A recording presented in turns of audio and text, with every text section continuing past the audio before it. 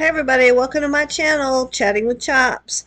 Today we are going to make vegan peanut butter press cookies. So let's get started.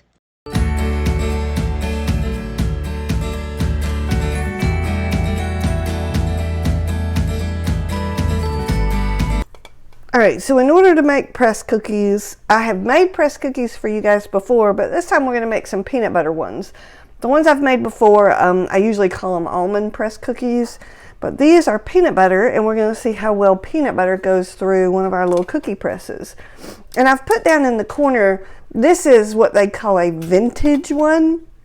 I've tried some of the other kinds, and these are just my favorite to use. So I've put down in the corner where you can find some of them. But the first thing we need to do is cream our shortening and our sugars. So I've got this nifty little plunger measuring cup that I just got, and we'll see how well it works for me. But I've put half a cup of shortening in here, and we're going to put that in our bowl. Let's see, again, I haven't used one of these before, so I'm just now learning how all it works. Let's get our bowl in there. All right, and then we're going to we need a half a cup of brown sugar and a half a cup of regular sugar. Okay.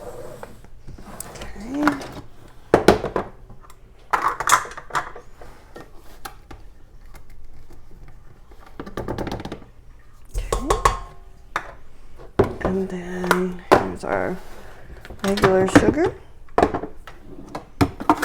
And then we're just going to blend these up real good.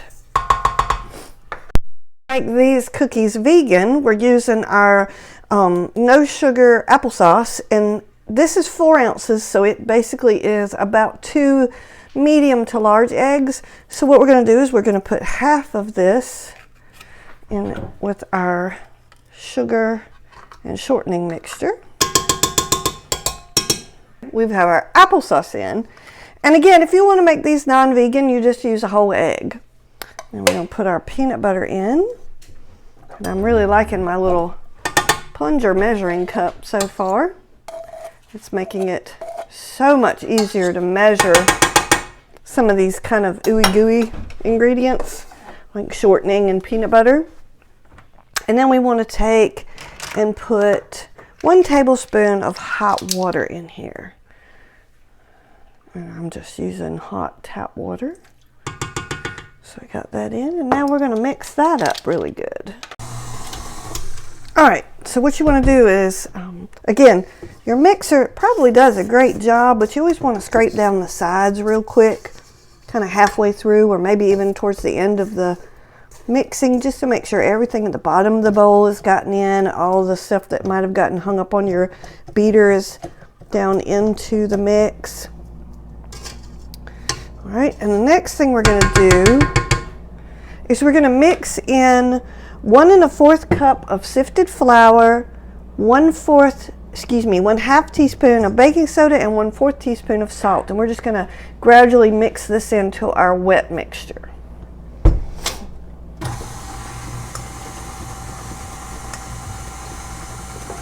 Alright, so we've got that all mixed in. We're just going to get all of this wonderful cookie dough off of our beater here. You don't want to miss out on any of that. Going to get our cookie press ready to go. Again, this is kind of a vintage one, so they all work a little bit differently. But you have like a little disc. I don't know if y'all can see that okay. And because it's around Valentine's, I'm doing heart shaped ones. And so I'm going to put that in there, and then you turn it. And again, every one of them is different, but this one has little grooves that hold the disc in place. And you just screw that in, and it's all in. And then what you want to do is just take some spoonfuls. I try not to put all of mine in at once because I have very hot hands, so I end up melting my cookie dough. So I try to just put in a little bit at a time. And then you put the top press in, and again, mine is a little persnickety because it's old, like me. And then you just screw it down until you see your cookie dough fill up the whole piece. Okay? And then what we're going to do is we're just going to put it down on our cookie sheet and press until you can see it on your cookie sheet, and then just pull up. And you're just going to keep doing this. And again, every cookie press is different, so you'll just have to read the instructions and see what it tells you to do. And while you're pressing these out, I would recommend for you to go ahead and preheat your oven to 375 degrees. But we're just going to keep pressing these out, and then we're going to cook them for about 10 to 15 minutes. Just watch your oven. All right, so we cooked them for about 15 minutes, and they spread a lot. You can see they're still a little bit soft from coming off the cookie sheet, but we're just going to put them on the cooling rack and let them cool. Well, there you have it, making pressed cookies, different flavors, and these are peanut butter pressed cookies.